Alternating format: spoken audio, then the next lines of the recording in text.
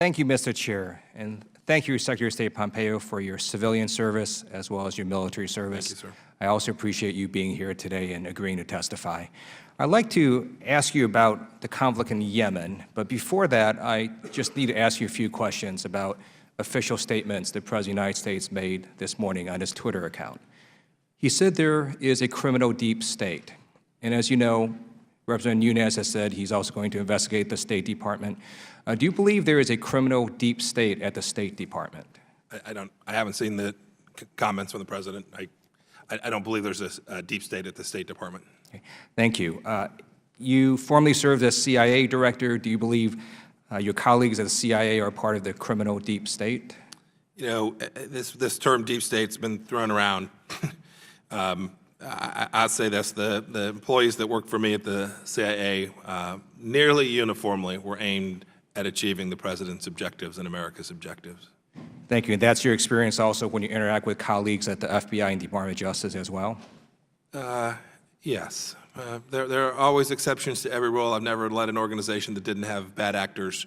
I don't think any government organization is exempt from having malfeasance as well.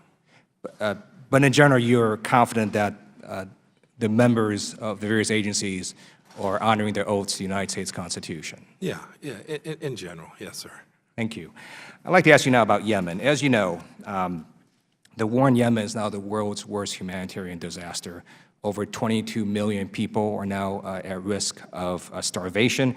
8 million don't know where their next meal will be, and every 10 minutes, a child dies of preventable causes. So the U.S. is involved in Yemen in two ways. One is we are striking terrorists. I don't have a problem with that. But the other way we're involved is we are assisting the Saudi-led military coalition.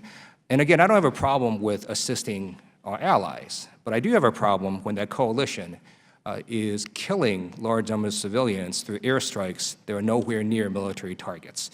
And as of last September, more than 5,000 civilians have been killed, the majority from these airstrikes. In 2016, the State Department, its lawyers, wrote a memo saying that because we're refueling these planes, these Saudi jets, and also providing them other assistance, that U.S. personnel could be considered a co-belligerent and liable for war crimes. I know you just came out as Secretary of State. One of you had a chance yet to read that memo? I have not. At your convenience. But I will. I will review the memo. Yes. I appreciate that. And if you could also make a request to your State Department to see if members of Congress could also review that memo in a classified setting as well, that'd be appreciated. Have you've not had, I take it you've not had a chance to see it? We have not. Yes, sir. So if you could make that request, that'd be great. I will review that, absolutely. Thank you. So when this conflict first started, we had all these airstrikes from Saudi-led coalition. And what it turned out is that it's not that they were trying to hit a Houthi vehicle that was moving, they missed and struck a bunch of civilians. What ended up happening is they intentionally struck those civilian targets. So they struck hospitals, weddings, schools, markets. And last year, they struck a funeral that killed hundreds of people twice. So they hit this funeral, and the jets went around and hit it again a second time, very precise.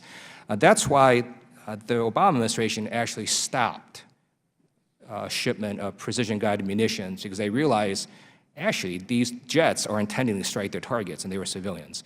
It's my understanding that the Trump administration is now going to go forward with that sale. Just wondering, why do you think anything has changed in Yemen that would authorize this sale to go forward? So I'm personally familiar with the incidents you're describing.